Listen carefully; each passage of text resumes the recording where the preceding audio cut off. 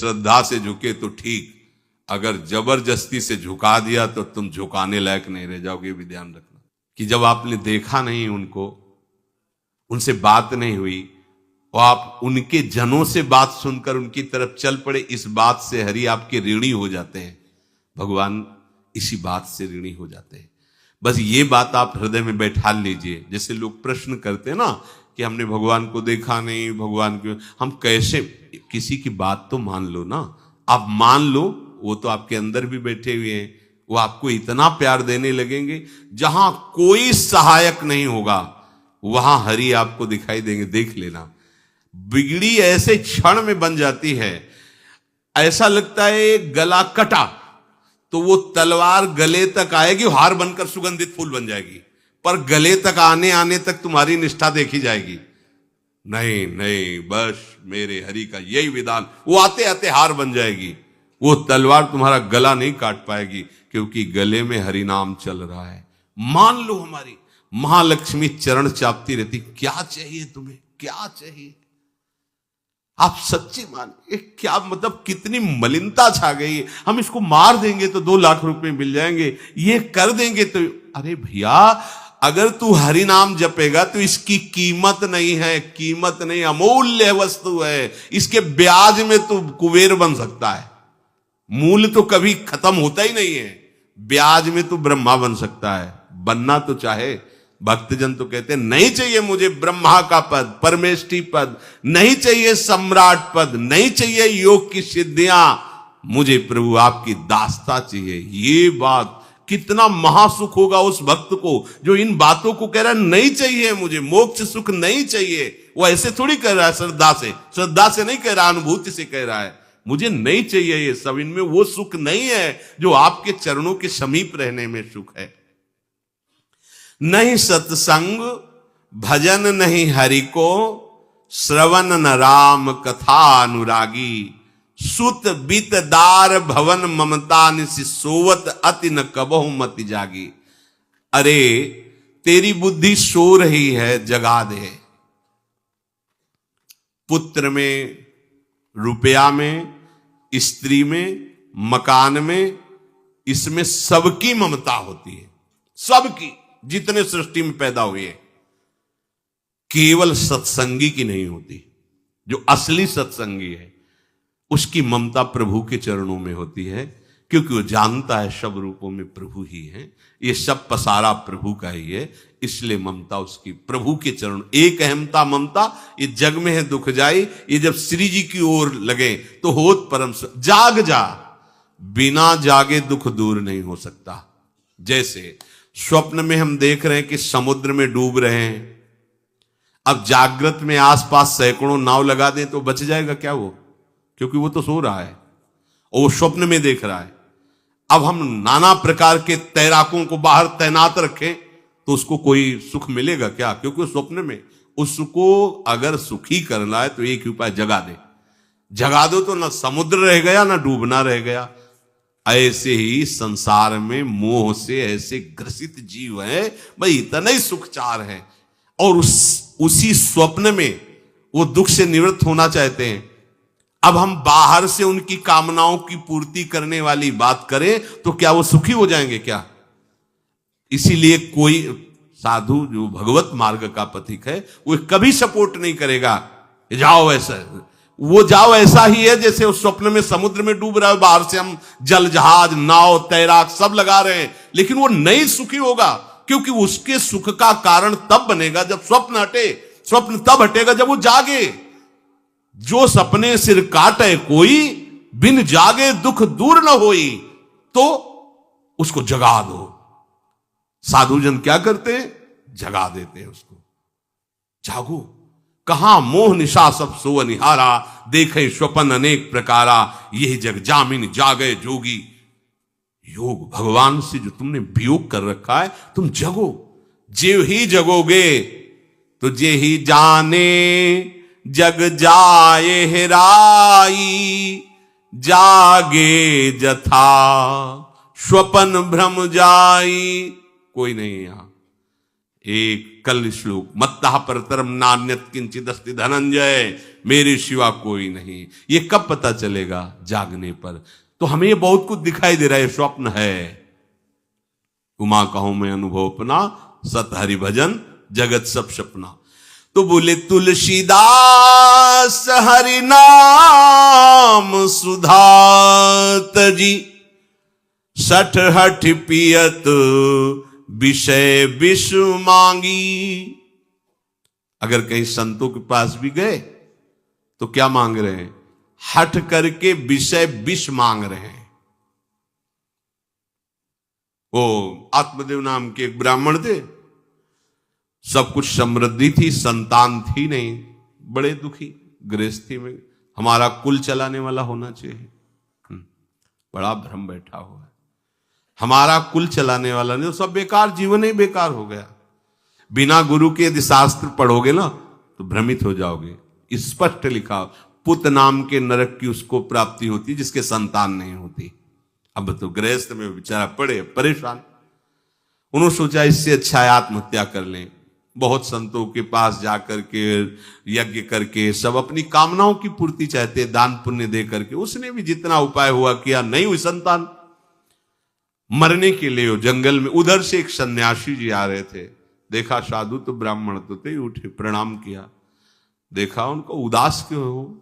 उनका महाराज उदास ही नहीं, मैं तो आत्महत्या करने आया हूं यहां जंगल में। अरे ये तो महापाप है, आत्महत्या तो बड़ी दुर्गति का कारण है। बोले महाराज अगर आप बचाना चाहते हो तो आप कृपा करो। क्या क्या चाहते हो? बोले हमारे पास सब कुछ है, बेटा नहीं दोगे तो हमारा जीवन बेकार। तो उन्होंने अंतर्दृष्टि से देखा और कहा 7 जन्म तक तेरे पुत्र नहीं भाग्य में तेरे लिखा है। तो उसने कहा फिर तो अभी मरते हैं, आत्महत्या करते, हम 7 जन्म की बात, हम 7 दिन नहीं जिएंगे, हमें पुत्र चाहिए। संत का दयालु। देखो जिनके पास तपस्या और भजन का धन होता है, जब भगवान अधीन है तो कुछ भी कर सकते हो, कुछ भी कर सकते हैं। प्रारब्ध मिटाना कोई बड़ी बात नहीं। प्रारब्ध जानते, कोई देवता थोड़ी है, तुम्हारा पीछे का किया हुआ कर्म है। और इधर जोर का भजन है, भजन के प्रभाव से कर्म को नष्ट करने में देर थोड़ी लगती है। ये तो अच्छे शुभ कर्म करो तो तुम्हारा प्रारब्ध बदल जाएगा। भजन का प्रयोग प्रारब्ध बदलने के लिए थोड़ी है। पर वो ऐसा हट किए तो उनका देखो, हट करने से लाभ नहीं मिलता है। उनका हमें उपदेश नहीं, हमें पुत्र चाहिए। अगर आप भगवत प्रेरित होकर यहां आए हो तो आप हमें। तो उन्होंने तपस्या के बल से फल की रचना की और कहा जाओ अपनी पत्नी को ये फल पवा दो और इससे निश्चित पुत्र होगा। बहुत प्रसन्न, अब कामना पूर्ण थी तो देख लो, प्रभाव देखो कामना का। प्रसन्न हुए आए। धुंधुली नाम था उनकी पत्नी का, नाम भी बहुत बढ़िया था, धुंधुली। वो कहा कि देखो ये फल खा लो, तुम्हारे संतान हो जाएगी। बहुत मीठी बात बोलती थी, मृदुभाषी, कपट हृदय। अलग अलग क्षेत्र होता है, हृदय कपट और मुख में मीठी बात। बहुत संभल के व्यवहार करना चाहिए ऐसे लोगों से। मधुरिया बानी मीठी, क्या मृदु भाषा। नहीं प्रीतम, आप चिंता मत करो, फल ऐसे थोड़ी खाया जाता है, नहा धो के पवित्र होके फिर। हाँ उनका ये बात, तो आप अपने काम में लगो, हम पा लेंगे ऐसा। अब आपको विश्वास है? बोले विश्वास तो है, इसमें क्या विश्वास, आप भी तो चाहती ना पुत्र हो। बोले हाँ। वो जो ही गए सो अपनी बहन को बुलाया और कहा सुनो, अभी तो हम 4-5 रोटी कढ़ी चावल सब पा लेते हैं, पूड़ी खीर पुआ। जब गर्भ रहेगा तो पेट तो उसी से भरा रहेगा, तो हमारा भोजन रुक जाएगा। बोले हाँ ये तो बात है। जब पेट बढ़ेगा, अगर घर में आग लग गई तो फिर हम भाग नहीं पाएंगे, तो हम जल जाएंगे। ये निगेटिव सोच वाले लेते। और पंडित जी तो इसी बात में लगे कि गर्भ रह जाए तो क्या करें, तुम्हारा हम खाएंगे तो है नहीं पक्की बात, पर करें तो क्या करें। पंडित जी को कैसे समझो? उनका देखो एक बात है, हमारे गर्भ है, हमारे कई लड़के हो चुके हो, गरीबी है ही है हमारे यहाँ, तुम कुछ पैसा दे देना और ये नाटक करना कि मैं गर्भवती हूं। बच्चा समय होने पर हम पहुंचा देंगे, हम घोषित कर देंगे हमारा बच्चा मर गया। तो पंडित जी को तुम नाटक में बताते रहना कि गर्भ है, बच्चा हो जाए। पंडित जी कह देना बच्चा हो गया है। तो बोले दूध पिलाने की समस्या आएगी। तो बोले ये तुम कह देना कि पहला पहला बच्चा है, हमारे वक्षा स्थल में दूध नहीं, हमारी बहन का था तो मर गया बच्चा, तो उनको बुला लेती तो बात बन जाएगी, बढ़िया बात हो गई। परीक्षा के लिए फल गाय को खवा दो। गाय को खवाया, ठीक समय पर गोकर्ण जी प्रकट हुए, दिव्य तेजोमय बालक, कान केवल वो गाय के, बड़े ही विद्वान और भगवत भक्त संत के द्वारा। कहा था 7 जन्म तुम्हारे भाग्य में, बच्चा नहीं तो नहीं है, देखा गाय के हो गोकर्ण जी प्रकट हुए। उधर उनके जो बच्चा पैदा हुआ वैसे ही नाटक के द्वारा पहुंचा दिया गया, वैसे ही पूरा जैसा पहले पक्का हुआ। अब उसने कहा कि हमारे तो स्तनों में दूध नहीं, हम अपनी बहन को बुला लें, उनका बच्चा मर गया। हाँ हाँ, हमारा बच्चा स्वस्थ होना, आप बुला लो, उसको हम धन भी देंगे, वो हमारे बच्चे की सेवा कर। अपने नाम से जोड़ करके उसका नाम रखा धुंधकारी, धुंधुली और धुंधकारी, अज्ञान का साक्षात स्वरूप। अब जैसे ही वो अवस्था बढ़ती गई तो उसके पापाचरण बढ़ना शुरू किए। बच्चों के साथ खेलता, खेलते हुए बच्चों को उठा लेता और कुएं में डाल देता, मतलब घोर अत्याचार। गोकर्ण जी हर समय भजन साधन शास्त्र स्वाध्याय। जब और बड़ा हुआ तो माता जी को अपने डंडों से रोज पूजन करता, पिताजी को गाली लात थप्पड़। पिताजी तो रो पड़े।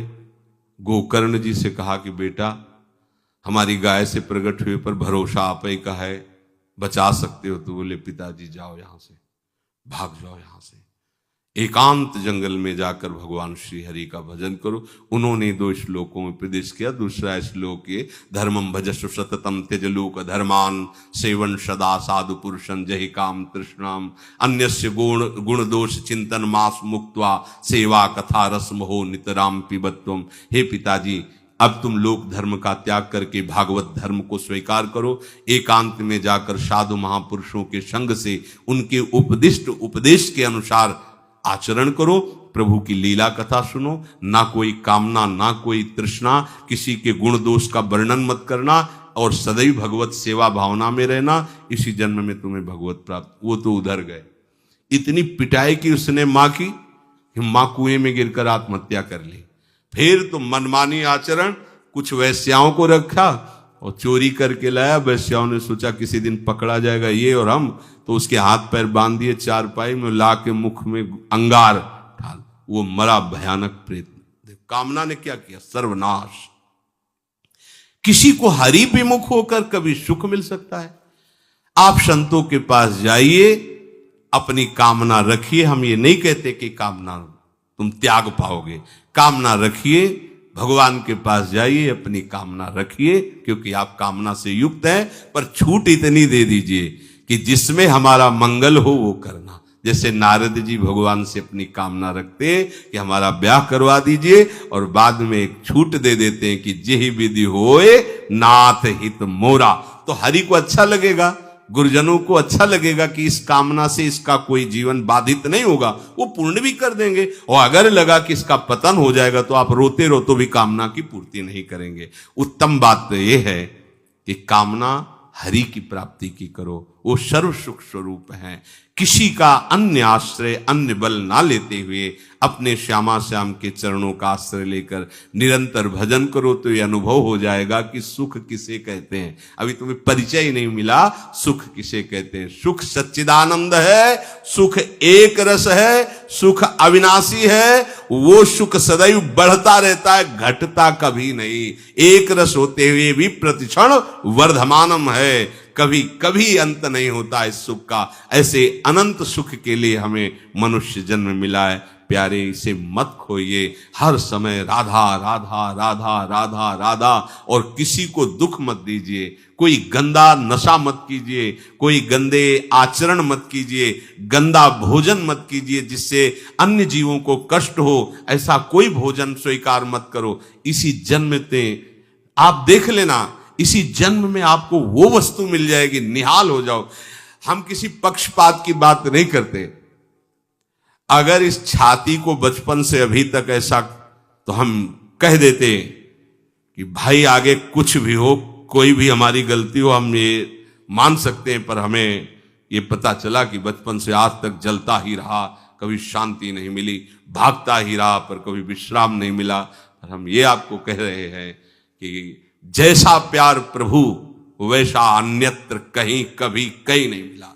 और प्रभु के प्यार का मूर्तिमान स्वरूप हमारी प्यारी जू निहाल कर दिया प्रभु ने, प्यारी जू के चरणों का आश्रय और उनका परिचय देकर। पूछो बस, यहां वाणी मौन हो जाती है, प्यारी जू तो प्यारी जू। और हम ही नहीं, आप सब महाभाग्यशाली है। वृंदावन आए, राधा किशोरी जू के घर में आए और उनकी चर्चा सुन रहे, उनके सिद्धांत सुन रहे, कहीं ना कहीं आपके अंदर उनकी तरफ बढ़ने की इच्छा भी है। ये बहुत बड़ी बात है। बस इस इच्छा को, इस आशा को इतना बढ़ा लो कि कोई इच्छा न रह जाए, कोई आशा न रह जाए। हर समय निरंतर नाम जप करते रहो। तुलसीदास हरिनाम सुधा तज, भगवान नाम तज कर विष मांगते हो। सूकर श्वान श्रृगाल सरिस जन, जनमत जगत जननी दुख लागी। ए काहे को ऐसी गालियां सुनोगे? ये गालियां है। ये सुअर कुत्ता की तरह जीवन व्यतीत करते हो। धिक्कार तुम्हारी मां को जो तुम्हारे जैसा पुत्र जन्मा। अपनी इंद्री की पुष्टता के लिए दूसरों को मार देते हो, चाहे रसेंद्री चाहे जनेन्द्री। इंद्रियों की पुष्टता के लिए जानवर जैसा बर्ताव करते हो। कैसा तुम्हारा जीवन है? केवल एक क्षण के सुख के लिए दूसरे को जला दिया, काट दिया, मार दिया। चाहे रसेंद्री का सुख चाहे जनेन्द्री का सुख, एक क्षण के सुख के लिए उसका गला काट दिया, उसको रांध के खा रहे हो, उसके साथ भोग किया, उसको काट के फेंक रहे हो, उसको जला रहे हो। क्या तुमसे तो अच्छा सुअर कुत्ता है कि वो अपनी योनि के अनुसार बर्ताव कर रहा है। तुम मनुष्य योनि होकर ऐसे गंदे काम करते हो। सुधर जाओ। कैसी मलिनता छा गई है, कैसी मलिनता। अगर उनको शब्दों से बोलें तो बहुत बुरा लगेगा। इस शरीर में क्या है? अगर यहां से चमड़ी हटा दी जाए तो यहां मलाशय है, मल भरा हुआ है, मूत्राशय है, उनके द्वार हैं। संसार का सबसे बड़ा सुख यही माना जाता है। ये मल मूत्र का भांड शरीर चिकना रहे, स्वस्थ रहे और इसी को भोगने को मिले, बस यही तुम्हारी पूर्णता है। ऐ सुखरास स्वरूप भगवद अंश, तू इस प्रकृति के रचे हुए खेल में कभी तृप्त नहीं हो सकता। विचार करके देखिए, आपका मन कहां आपको फंसा रहा है। मल है तो मल द्वार है, मूत्राश्रय है तो मूत्र द्वार है। शरीर में कौन सी खास बात है? पूरा जीवन इस शरीर का केवल नाना प्रकार से भोग करना। रसेंद्री अपनी तरफ, घ्राणेन्द्री, नेत्रेंद्री परेशान है। इसमें खास बात कौन सी है जिसमें तुम्हें तृप्ति लग रही है? कौन सी खास बात? अगर तुम मलमूत्र के द्वारों में खेल रहे हो तो मलमूत्र के कीड़े से बढ़कर तुम्हारी योग्यता नहीं। समझिए, आप समझिए, वो भी जीव है, भगवदंश, जो मलमूत्र का कीड़ा बना हुआ नालियों में डोल रहा है। तुम भी तो उसी नाली में तो डोल रहे हो। यदि भगवदंश होकर भगवान नाम जप नहीं कर रहे हो, अपने स्वरूप को नहीं समझ रहे हो, चिदानंद सुख की तरफ आकर्षित नहीं हो रहे हो, तो गोस्वामी जी कह रहे वे अभागी हैं। हम लोग अपने को बड़ा भाग्यवान कब मानते हैं? जब विषय भोगों की बाहुल्यता हो जाए। देखो कैसी बुद्धि भ्रमित हो गई है। अभाग्य को हम भाग्य मान रहे हैं। बड़ा आश्चर्य होता है। कैसा मतलब, अगर उनको बोलना अच्छा नहीं लगता, पर यह है कि समझ जाओ तो भाई समझ जाओ। जिन अंगों को छूने के बाद कई बार पवित्र करने के लिए रज आदि लगा करके, उन्हीं अंगों पे तो आसक्ति है तुम्हारी। उन्हीं अंगों को तो तुम सर्वस्व सुख समुद्र मान रहे हो। क्या है?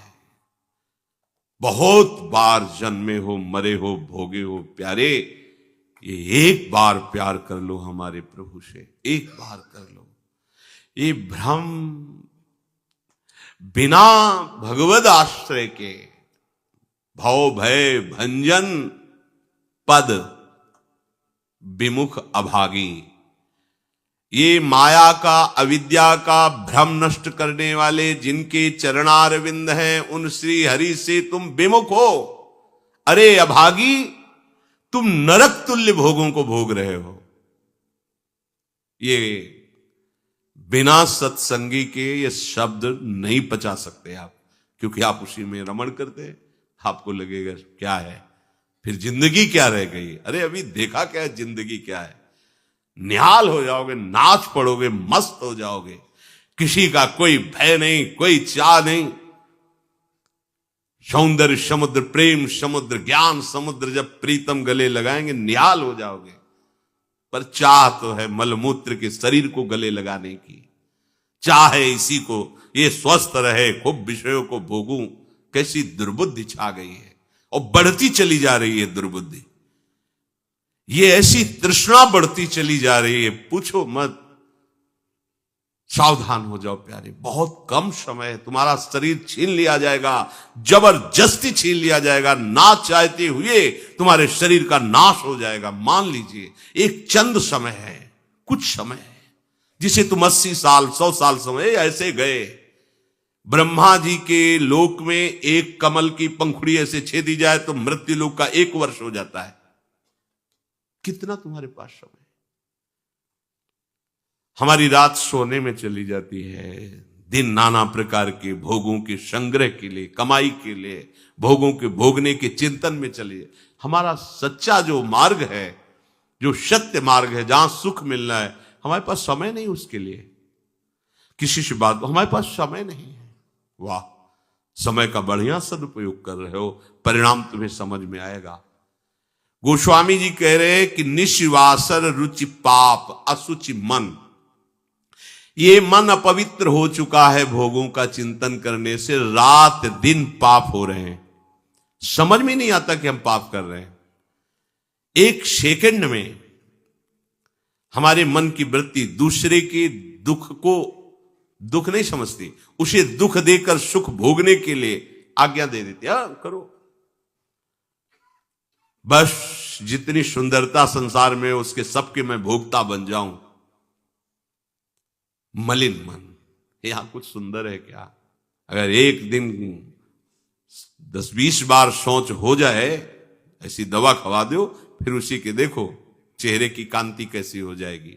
अगर 2-3 दिन हालत चलती रही, देखने लायक नहीं रह जाएगा चेहरा। इसको तुम कुछ खास समझते हो? पानी का बुलबुला फूटने में देर नहीं लगती, पर तुम कमा क्या रहे हो? एक कर्म भूमि है, तुम यहां आए हो अच्छे कर्म करने के लिए, प्रभु की प्राप्ति के लिए, महासुख प्राप्ति के लिए। पर कह रहे निश्वासर रुचि पाप, रुचिपूर्वक पाप कर रहे हैं। छल पूर्वक आपने किसी का धन अपहरण कर लिया, किसी की हिंसा कर दी, व्यभिचार कर लिया। आप अपने मित्रों में बैठकर अहंकार पूर्वक बात करते, तुम्हें पता है मैंने इतने रुपए उड़ा दिए, उसको पता भी नहीं चलने दिया। पता है तुमने आज हमने उसके साथ एक गलत किया, कोई कुछ नहीं कर सकता। इतने वीर नहीं हो। वही कर्म तुम्हारा जब फलीभूत होगा, तुम्हें ब्रह्मा भी नहीं बचा पाएंगे, त्राहिमाम बोलने का अवसर भी नहीं रहेगा। देख लेना, देखने लायक नहीं रह जाओगे। सावधान हो जाओ। देखो ये सत्संग है तुम्हें सत्य वस्तु की अनुभूति कराने के लिए। तुम जहां असत में राग किए हो तो चुभेगा, तुम्हें जलन पैदा होगा। हम चाहते हैं कि तुम्हारे हृदय में ये बात लगे और तुम्हारी शूरवीरता जागृत हो, जो भगवद अंश की है, और तुम असत का त्याग करके भगवत मार्ग के पथिक बनो। खलिमति मलिन निगम पथ त्यागी। ये भगवत वाणी, गीता जी, श्रीमद् भागवत जी और भी भगवत प्रेमी महात्माओं के वचन, ये महासुख के लिए हैं। तुम इनका त्याग करके मनमानी आचरण कर रहे हो, बहुत समय नष्ट कर रहे हो, आप पछताना पड़ेगा। ऐ खल, अपनी मति को असत आचरणों में मत लगा, अपनी दुष्टता को मत बढ़ा और गर्व करता है कि मुझे कोई भी परास्त। तुम हो क्या? हो क्या तुम? एक सेकंड में दिल की गति रुक जाए, तुम हो क्या? कुछ नहीं हो, कुछ नहीं रोक सकते हो। सावधान हो जाओ। राधा राधा राधा, सावधान होकर चलोगे, महासुख स्वरूप तुम हो, तुम्हें किसी और सुख की जरूरत नहीं है। हमारी दुर्दशा ऐसी क्यों है? नहीं सत्संग, सत्संग केवल भगवत प्राप्ति के लिए होता है। बड़े भाग पाइप सत्संगा, बिनय प्रयास होए भो भंगा, ये मनोरंजन नहीं है। इसीलिए सत्संग मिलना दुर्लभ होता है। अगर भगवद वार्ता किसी को प्रसन्न करने के लिए, उनके मन को घसीट करके अपनी वासनाओं की पूर्ति के लिए किया जाता है, उसे सत्संग नहीं कहते। हम ऐसा बोले कि सामने वाला प्रभावित हो और अपनी जेब से पैसा निकाल के हमारे पास रख के हमारे ऊपर श्रद्धा करे, हमारा प्रणाम करे, हमारी यश कीर्ति हो, यह सत्संग नहीं है। हमारी बात मानकर सच्चिदानंद प्रभु में इसका मन लग जाए, संसार के भोगों से इसका मन हट करके अपने स्वरूप में स्थित हो, प्रभु में लगे, उसे सत्संग कहते हैं। भक्ति स्वतंत्र सकल सुख खानी, और बिनु सत्संग न पावई प्राणी। सत्संग का क्या फल है? हरि से प्रेम हो जाना, संसार का राग नष्ट हो जाना। सत्संग का सीधा फल है प्रभु से प्रेम होना। अगर प्रभु से प्रेम नहीं हो रहा, आपको अपने दोस्त सत्संग में बैठने पर जला नहीं रहे, तो सत्संग नहीं हो रहा, मनोरंजन हो रहा है। जहां सभा में बैठने से आपके आग लग जाए, इतना गलत मैंने किया, इतना मैं गलत हूं, कब मैं इससे हो, जान जाओ कि सत्संग हो रहा है। जहां श्रवण से आपका हृदय दाह युक्त होने लगे, धिक्कार हमारे जीवन को, मैंने ऐसा किया, धिक्कार हमारे जीवन को, मैं कैसा जी रहा हूं, कब ऐसा अवसर आएगा जैसा बताया जा रहा है मैं ऐसा चलूं, मतलब सत्संग हो रहा है। नहीं सत्संग, और इसका फल हरि भजन। तो बोले भजन नहीं हरि को। आप इतना दान करें आपको इतने गुना मिलेगा, आप ऐसा करें ऐसा हो जाएगा, 100 में 10 रुपए दान करें 90 आपके पवित्र हो जाए। सत्संग नहीं, ये सत्संग नहीं। 100 में 90 अपने मानिए और 10 हमें दे दीजिए, इसे सत्संग नहीं कहते। 100 के 100 का अभिमान त्याग कर प्रभु के चरणों, वो 100 है, 100 को स्वीकार मत करो तो जीवित रहोगे, 100 को स्वीकार कर लिया तो 100 हो जाओगे। 100 का मतलब समझते हो? जिन हरि भगत हृदय नहीं आनी, जीवित 100 समान ते प्राणी। जीवित 100 जिंदा मुर्दे के समान, ते नर नरक रूप जीवत जग। किसी भी वस्तु का अहम और ममत्व न रह जाए और प्रभु में, यह सत्संग का स्वरूप। सत्संग का स्वरूप तुम्हारे मन को खुशी नहीं, तुम्हारे मन को मार देगा। सत्संग का स्वरूप तुम्हारे मन को मार करके सच्चिदानंद प्रभु में लगा देगा। महाभागवतों के वचन, भगवान की वाणी तुम्हें भगवत स्वरूप में स्थित करेगी, प्रपंच का बढ़ावा नहीं। इससे प्रपंच का बढ़ावा होता है। गंदी नाली से हाथ धोगे तो तुम्हारे हाथ पवित्र हो जाएंगे, ये गंदी नाली। अधर्म का आचरण करके तुम सोचो उसमें दान कर दे, कभी पवित्र नहीं होने वाले। भ्रम मत करना, दान शब्द वहां लगता है जो धर्म पूर्वक कमाया हुआ है। 4 रोटी कमाई, 1 रोटी किसी भूखों को दे दो, ये मंगल होगा। पापाचरण करके, हिंसा करके, व्यभिचार करके, छल कपट करके कमाओ और उसके बाद सोचो दान लगेगा ही नहीं। और जो स्वीकार करता है, धर्म का सहायक होता है, वो दोनों को दंड मिलेगा, दोनों को दंड मिलेगा। बहुत सावधान। सत्संग हमारे नाना प्रकार की वासनाओं का नाश करता है, वासनाओं को बढ़ावा नहीं देता। आप ऐसा करो, गृहस्थ हो, दान धर्म से युक्त हो जाओ। हां, देखो ना हरिपाल जी ने चोरी करके भगवान को रिझा लिया। बेमतलब का शब्द। हरिपाल जी ने सर्वस्व समर्पित करके प्राणपण प्रभु की सेवा, साधु सेवा का भाव लेकर के फिर वहां खड़े होते थे कि इसका भी मंगल हो जाएगा, जो भगवत भी अगर रामकृष्ण बोल दिया तो बोले नहीं, अपने सुख के लिए नहीं, अपने सर्वस्व का न्यौछावर करके कोई ऐसा दिखाई दिया जो रामकृष्ण हरि से विमुख है, उसका अर्थ लेकर संत सेवा में लगा दिया। पहले अपना सर्वस्व नाश करो, समर्पित करो, फिर देखो तुम्हारे अंदर स्थिति क्या आती है, फिर उसके अनुसार चलो। देखे, बेईमानी को दान नहीं कहते, बेईमानी को धर्म नहीं कहते, ये भ्रम मत करना।